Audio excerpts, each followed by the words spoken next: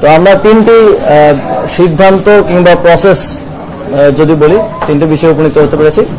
প্রথম হচ্ছে যুব ক্রীড়া মন্ত্রণালয়ের অধীনে শেখ হাসিনা জাতীয় যুব উন্নয়ন ইনস্টিটিউট আছে, আমরা এটার নাম পরিবর্তন করতে চাই। যেহেতু বাংলাদেশে একটা ম্যাসাকারের সাথে শেখ হাসিনার নাম জড়িত আছে এবং হাজার সহস্র ছাত্র জনতা মারা গিয়েছে, আমরা মনে করি তিনি এর সাথে সরাসরি যুক্ত এবং সেই জায়গা থেকে এটা শুধু আমাদের মন্ত্রণালয় না, প্রত্যেকটি স্থানে এটা করা হবে।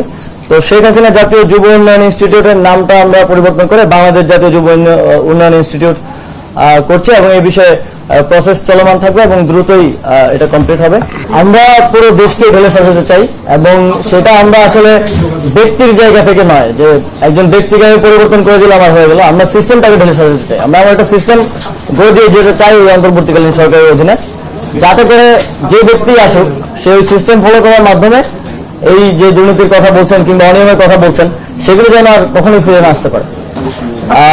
থাকতে চাওয়ার বিষয় নেই, এখানে বাংলাদেশের জনগণ একটি স্বতঃস্ফূর্ত গণ অভ্যুত্থানের ভিত্তিতে এবং একটি রিফরমেশনের দাবিতে যে গণ অভ্যুত্থান হয়েছে তার ভিত্তিতে আমাদেরকে দায়িত্ব দিয়েছে, আমরা সেই দায়িত্ব পালন করব।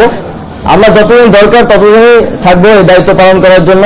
আমাদের যারা আছেন আমাদের অন্তর্বর্তীকালীন সরকারে কারোরই আসলে ক্ষমতা ধরে রাখার বা ক্ষমতায় থাকার অভিলাষটা নেই। আপনারা দেখতে পারেন সেখানে শিক্ষক আছেন, মানবাধিকার কর্মী আছেন, আমরা ছাত্ররা আছি। আর নারী টি-20 বিশ্বকাপের বিষয়ে আমরা বিসিবির সাথে কথা বলেছি। যেই ইস্যুগুলো হচ্ছে তার মধ্যে সবচেয়ে গুরুত্বপূর্ণ হচ্ছে সিকিউরিটি এনশিওর করা।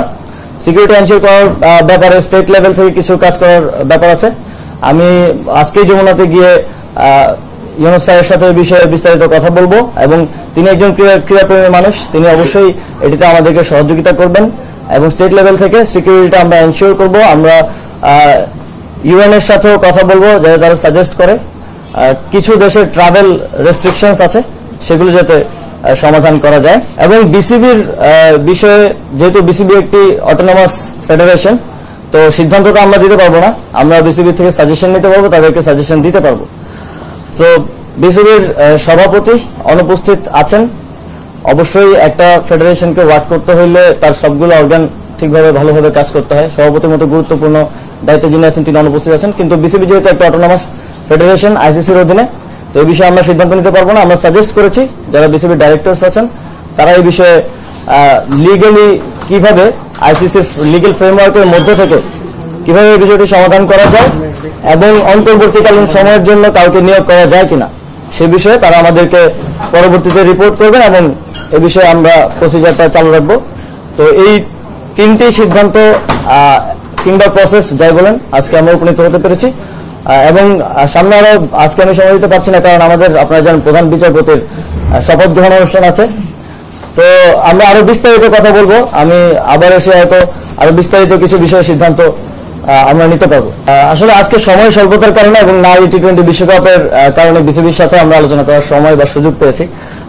বাকি ফেডারেশনগুলোর সাথে আমরা পর্যায়ক্রমে আলোচনার ভিত্তিতে এই বিষয়গুলোতে তাদেরকে সাজেশন দেওয়া থাকলে সাজেশন দেবো এবং অবশ্যই লিগ্যাল ফ্রেমওয়ার্কের ভিত্তিতে কাজগুলো করতে হবে। যেহেতু অটোনমাস প্রত্যেকটা বডি আমাদেরকে প্রসেস ফলো করতে হবে। যে কোনো পরিবর্তনের ক্ষেত্রে পরিবর্তন আমরা অবশ্যই করার জন্য তাদেরকে সাজেস্ট করবো, কিন্তু প্রসেসটা ফলো করাটা জরুরি।